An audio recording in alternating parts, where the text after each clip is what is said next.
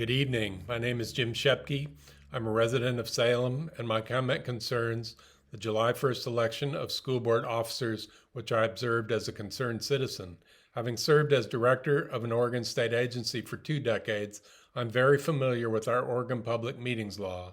One of the most important provisions of the law is ORS 192.630, which states that a quorum of a public entity's governing board, quote, may not meet in private for the purpose of deciding on or deliberating toward a decision, end quote. The case of Handy versus Lane County clarified this provision in determining that private serial communications by phone or email or in person among members who constitute a quorum of a governing body do violate Oregon public meetings laws when conducted for the purpose of deliberation or decision making. It is my belief that this is what happened prior to the July 1st meeting. After the meeting, I shared my concerns with others. One result of this was that Director Chandragiri was asked about this in an interview on KMUZ radio on July 15th. He answered the interviewer as follows, quote, I have asked our attorney, Paul Dikopoulos, to kind of look into that and say, did we follow all the procedures? Was our election legal? Was it consistent with our policy? The answer is yes. However, the next day following the interview, KMUZ received this correction from district staff. Quote, Mr. Dikopoulos has not investigated any alleged violations of the public meeting law that are alleged to have occurred prior to the July 1st board meeting. So Director Chandragiri's statement in the interview was untrue or at best misleading. But Director Chandragiri went on in the interview to say this, quote, I was in touch with the rest of the board, including Director Sharon Blasi, Superintendent Perry, and all the other directors and also other leaders. So yes, this was going on. I take this as an admission that prior to the meeting, at least a quorum of the board engaged in serial communications to deliberate on or decide the results of the election in advance of the meeting in violation of Oregon Public Meetings Law. 2 other pieces of evidence here. 1, both Director Chandragiri and Director Bethel brought prepared remarks about their election that they read in the July 1st meeting immediately after their election. And 2, immediately after the election on July 1st, 2 web pages about the election results that had to have been pre-prepared went up on Director Chandragiri's website. If the public meetings law was violated in the conduct of the board officer election, the results of the election are void.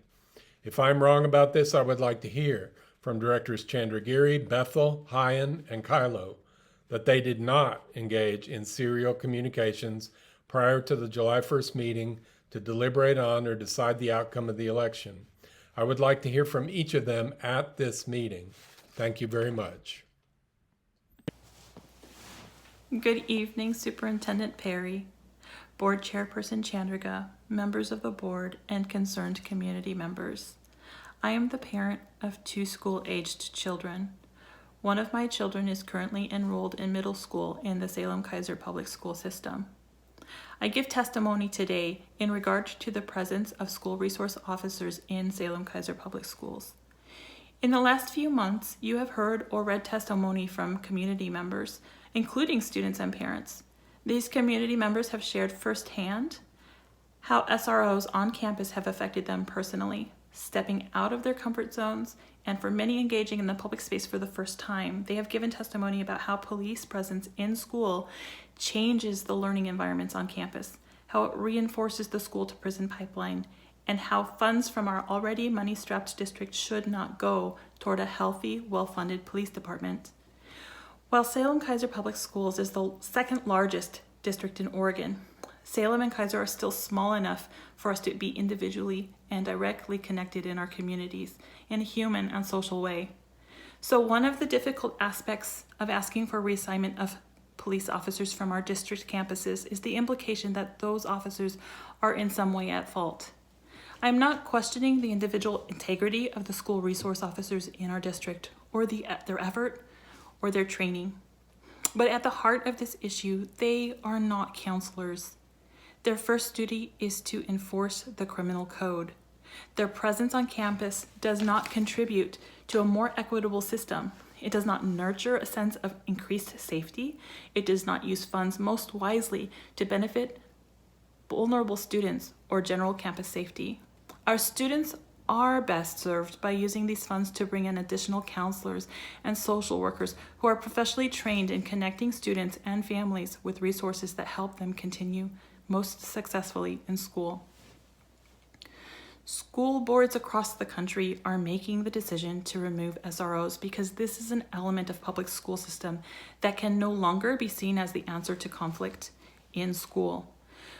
Please listen to the multitude of submissions from your current students, recent graduates, concerned parents, and community members. Please re-examine our district's approach and divest Salem-Keizer public school funds from the SRO program. Please remove SROs from our district campuses.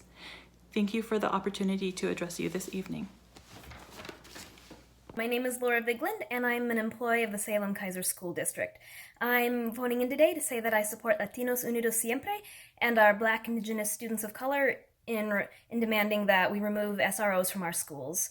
Over the past several weeks, we've heard powerful testimony from current and former students, and it's become very clear that our students are facing racism, discrimination, and trauma in our community, and this needs to stop. It's completely unacceptable. And one of those sources of trauma is the discrimination and racism from the SROs.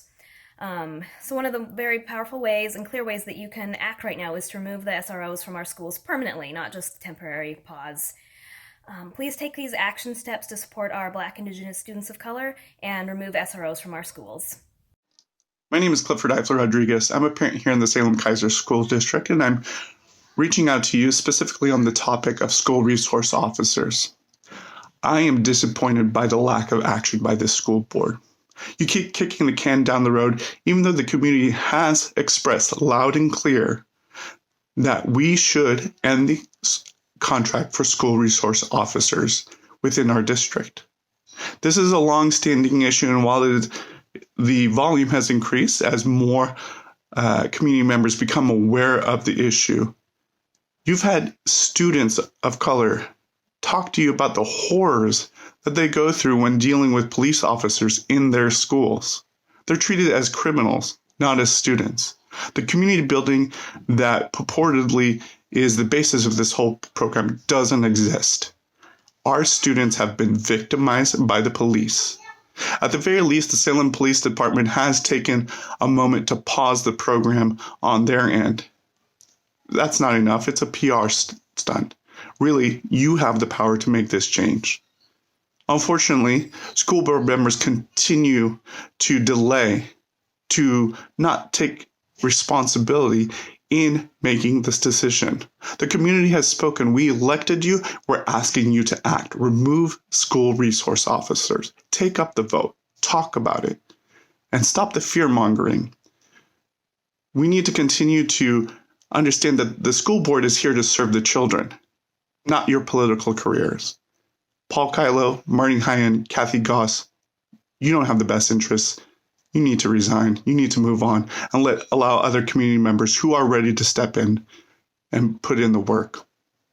Hi, my name is Julianne Jackson. I'm a parent and an alumni of Salem-Keizer School District. I'm not going to be harsh with you today. I want to talk to you human to human and ask that you really stop and think. That you sit with yourself and you ask yourself, can I separate my partisanship from my duties on the school board? Marty Hyan, your online activities recently have been absolutely deplorable. We've seen you soliciting testimony from anti-BLM and anti-immigrant protesters. You mentioned God. You mentioned conservative board holding. You mentioned a lack of family values on our part.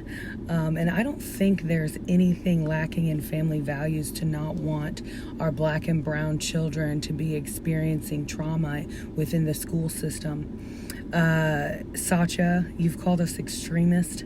I don't think there's anything extreme about not wanting our Black and brown children to be arrested or disciplined at an exponentially higher rate. I don't think there's anything wrong with wanting to divest the funds from that activity and put it into our communities of culture so that they can learn the correct history. And I'm not really sure what it is that you all are afraid of. It seems that that you all are afraid that our Black and brown students will find out just how powerful they are and that they can affect change and that they can do things. Paul, I don't think that there's anything wrong with expecting a level of respect and decorum from the body that governs our children's educations. I've just been really at a loss for words. Kathy Goss, you likened getting a brand new red Mercedes to children eating during a COVID pandemic where, parents found themselves without employment overnight. They found themselves teachers overnight. They found themselves needing supplies and things that they didn't need before overnight. And I just am shocked. I'm scared. I'm scared for my children. And I would just ask that you sit with yourself. Just sit with yourself for a moment. Children are not partisan. They're not Democrat or Republican. They're not extreme right or extreme left. There are babies. There are children. So I ask you, can you separate that portion of yourself to do the right thing for the diverse population that you serve? And if not, please do not run again. Members of the board and Superintendent Perry. As a teacher in Salem-Keizer, I'm horrified by the behavior of this school board over the past several months. You were elected to serve all students within our district, and you have fallen short time and time again. Blackface, affiliations with known discriminatory groups, and now describing the need for food by our students to your want to have a car. Shame on all of you. With your elected position, you agreed to ensure decisions are made that provide for each student's needs so the district's vision can be realized. This is the statement on your webpage. 70% of our students come from economically disadvantaged homes. This doesn't just mean they can't have the newest clothes or technologies.